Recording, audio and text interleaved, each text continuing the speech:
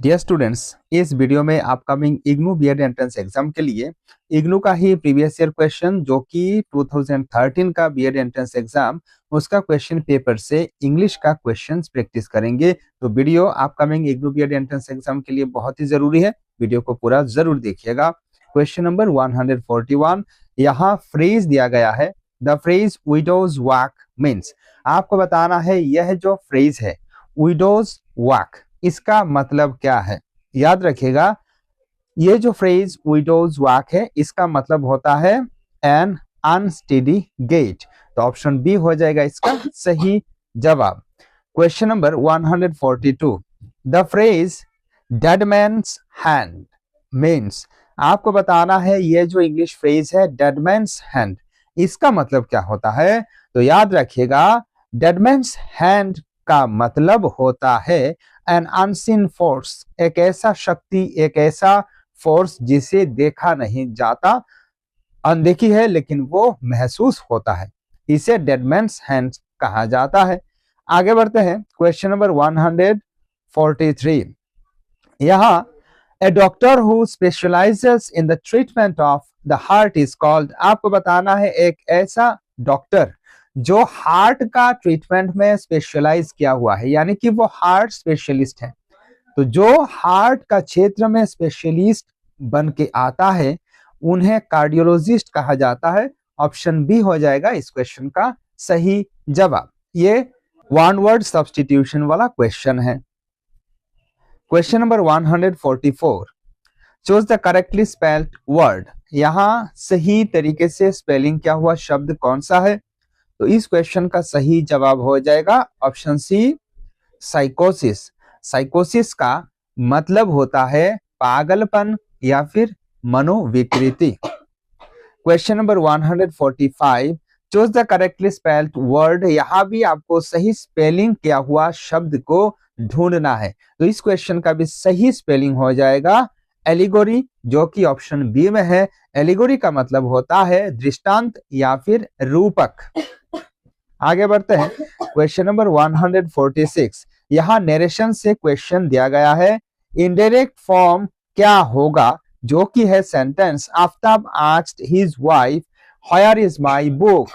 आपको Aftab asked his wife where is my book, इसको indirect form of narration में बदलना है। तो इस सेंटेंस को अगर हम इनडायरेक्ट फॉर्म ऑफ नरेशन में चेंज करते हैं, इनडायरेक्ट स्पीच में चेंज करते हैं, तो ये हो जाएगा Aftab asked his wife where his book was. Interrogative sentence होने से लास्ट में बी वर्ब ऐड होता है, तो बी ऑप्शन सही हो जाएगा। क्वेश्चन नंबर अब 147, the indirect form of the sentence Anita said I went to Australia last year. Anita said I went to Australia last year, इस सेंटेंस को इनडायरेक्ट फॉर्म में बदलने से क्या होगा, इसे इनडायरेक्ट फॉर्म में बदलने से होगा Anita said that she had gone to Australia last year, यानी option C.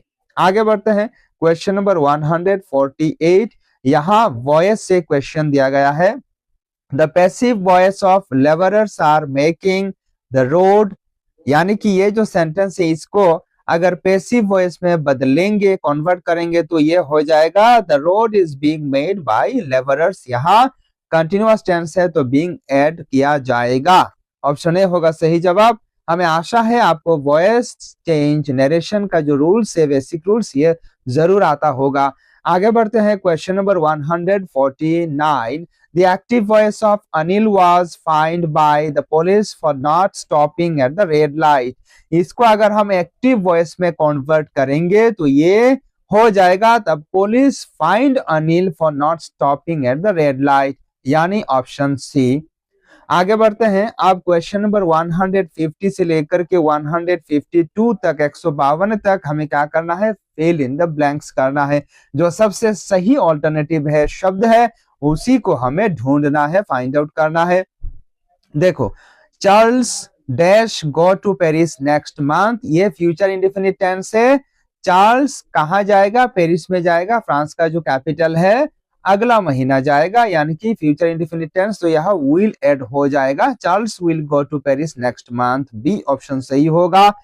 Question number 151, my son has been living in Paris dash 10 years। यहाँ देखो ये प्रेजेंट परफेक्ट कंटिन्यूअस टेंस है, लेकिन पॉइंट ऑफ टाइम यदि इंडिकेट करता है जैसे कि 2015, 1995, ऐसा पॉइंट ऑफ टाइम जब इंडिकेट करता है तब सिंस यूज होता है। और जब पीरियड ऑफ टाइम 5 साल, 10 साल, 12 दिन, 12 घंटा, कुछ इस प्रकार जब समय का पीरियड को दिखाया जाता है तब उसमें फॉर यूज किया जाता है। तो यहाँ देखो 10 years ये है समय है, समय काल है, पीरियड है, इसीलिए यहाँ फॉर हो जाएगा सही जवाब। My son has been living in Paris for 10 years, यानी कि ऑप्शन सी होगा सही उत्तर। आगे बढ़ते हैं question number 152, friends often seek out आशा's dash as she is known for her ability to listen carefully and offer unbiased advice। यानी कि आशा का जो दोस्त है वो आशा से ही सजेशन, सलाह उम्मीद करते हैं, क्योंकि आशा सबका जो तकलीफ है, समस्या है, दुविधा है, उन्हें बहुत ही ध्यान से, शांति से सुनती है और निष्पक्ष होकर के सबको सजेशन देती हैं, एडवाइस देती हैं, सलाह देती है। तो यहाँ कंसर्न, ट्रबल, एम्पैथी, काउंसिल, यहाँ काउंसिल हो जाएगा सबसे सही जवाब, क्योंकि काउंसिल शब्द का मतलब होता है उपदेश देना, सलाह देना, इसीलिए यहाँ हो जाएगा फ्रेंड्स ऑफ्टन सीक आउट आशा's counsel as she is known for her ability to listen carefully and offer unbiased advice। Okay, चलिए आगे बढ़ते हैं क्वेश्चन नंबर 153। यहाँ कुछ लिटरेरी वर्क से क्वेश्चंस पूछे गए हैं। In which of the following plays of Shakespeare Beatrice was the heroine? आपको बताना है विलियम शेक्सपियर का कौन सा नाटक में, कौन सा प्ले में बेट्राइस एक हीरोइन, एक नायिका के रूप में प्रेजेंट किया गया था। तो इस क्वेश्चन का सही उत्तर हो जाएगा मच एडो अबाउट नथिंग। ये जो विलियम शेक्सपियर का ड्रामा है, नाटक है, प्ले है, इसी में बेट्राइस नामक कैरेक्टर थी, बेट्राइस जो कि हीरोइन थी। आगे बढ़ते हैं question number 154, who wrote the poem और टू द वेस्ट विंड। आपको बताना है यह जो कविता है, इंग्लिश कविता और टू द वेस्ट विंड, इसे किसने लिखा है? तो इसे पीवी शेली ने लिखा है। इनका पूर्ण नाम है पर्सी बिशी शेली, ठीक है। इन्होंने इसे 1819 में लिखा था। तो ऑप्शन डी हो जाएगा सही जवाब। Question number 155, who wrote the novel return of the native. Return of the native ये जो नॉवेल है, उपन्यास है, इसे किसने लिखा है? तो इसे थॉमस हार्डी ने लिखा है। ऑप्शन बी हो जाएगा इस क्वेश्चन का सही उत्तर। आगे बढ़ते हैं क्वेश्चन नंबर 156। इसका जो क्वेश्चन है ये ऊपर भी है, नीचे भी है। Who wrote the play end game. अब आपको बताना है एंड गेम ये जो नाटक है, ये जो प्ले है, इसे किसने लिखा है? तो याद रखिएगा एंड गेम ये जो नाटक है, प्ले है, इसे सैमुअल बेकेट ने लिखा है, जो कि 1957 में इन्होंने इसे लिखा था। ऑप्शन ए हो जाएगा तो सही जवाब। वीडियो को लाइक जरूर कीजिएगा। आपका मन में कोई संदेह होने से हमें जरूर कमेंट करके पूछिएगा, सलाह दीजिएगा। Who is the heroine in the novel Return of the Native? आपको बताना है रिटर्न ऑफ द नेटिव ये जो नॉवेल है, इसका हीरोइन कौन थी? तो इस क्वेश्चन का सही जवाब हो जाएगा ऑप्शन बी, यानी कि यूस्टासिया जो थी वो रिटर्न ऑफ द नेटिव में हीरोइन थी, ठीक है। तो ऑप्शन बी हो जाएगा सही जवाब। ओके, हम ज्यादा समय जाया नहीं करेंगे, जल्दी जल्दी करेंगे। Question number 158, which of the following is not a poet of the Victorian age? आपको बताना है निम्न में से कौन सा कवि विक्टोरियन एज का एक कवि नहीं है। तो इस क्वेश्चन का सही जवाब हो जाएगा ऑप्शन ए, ब्राउनिंग। ब्राउनिंग क्या है? सॉरी माफ कीजिएगा, ऑप्शन सी हो जाएगा इसका सही जवाब। पीवी शेली जो थे ये एक्चुअली एक रोमांटिक एज का पोएट थे, यानी कि रोमांटिक पोएट थे। बाकी सारा का सारा ऑप्शन जैसे कि ब्राउनिंग, टेनिसन, आर्नोल्ड, ये सब विक्टोरियन एज का पोएट थे। विक्टोरियन पोएट इनको कहा जाता है।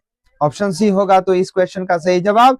आगे बढ़ते हैं question number 159, in the sentence I have read that book which is lying on the table. यहाँ which is lying on the table ये जो सेंटेंस है, ये जो वाक्यांश है, क्लोज है, ये क्या है? Noun clause, adverb clause, adjective clause, none of the above. तो इस क्वेश्चन का सही जवाब हो जाएगा एडजेक्टिव क्लोज। वैसे हमने स्टडी करके पाया है IGNOU B Ed entrance exam English में जितने भी क्लोज पूछा जाता है मैक्सिमम एडवर्ब क्लोज या फिर एडजेक्टिव क्लोज से ही पूछा जाता है। तो बुक कहां पर है? बुक का स्थिति को डिस्क्राइब किया गया है। बुक क्या है? एक नाउन है, तो नाउन को यदि डिस्क्राइब किया जाता है तो उसे कहा जाता है एडजेक्टिव, देयरफॉर एडजेक्टिव क्लोज हो जाएगा। आगे बढ़ते हैं question number 160। In the sentence Rashmi is the girl who has won the first prize. Rashmi वही लड़की है जिसने पहला पुरस्कार प्राप्त किया था। यहाँ ये जो वाक्यांश है क्लोज है, who has won the first prize is an, ये क्या है आपको बताना है। तो ये भी रोशनी के बारे में, रेशमी के बारे में ये बात है। तो रेशमी एक नाउन है, प्रॉपर नाउन है, तो रेशमी के बारे में डिटेल में बताया गया है इस क्लोज द्वारा, इसलिए ये क्लोज भी हो जाएगा एक adjective close. Therefore option C is the correct answer of this question. Dear students, this is the end of today's video. ऐसे और भी वीडियो सबसे पहले पाने के लिए आप हमारे सार्थक एजुकेशन चैनल को सब्सक्राइब करके रखिए। मिलते हैं आपसे अगले वीडियो में और एक शानदार टॉपिक के साथ। तब तक के लिए आप इसी प्रकार पढ़ाई करते रहिए, आगे बढ़ते रहिए। नमस्कार, जय हिंद।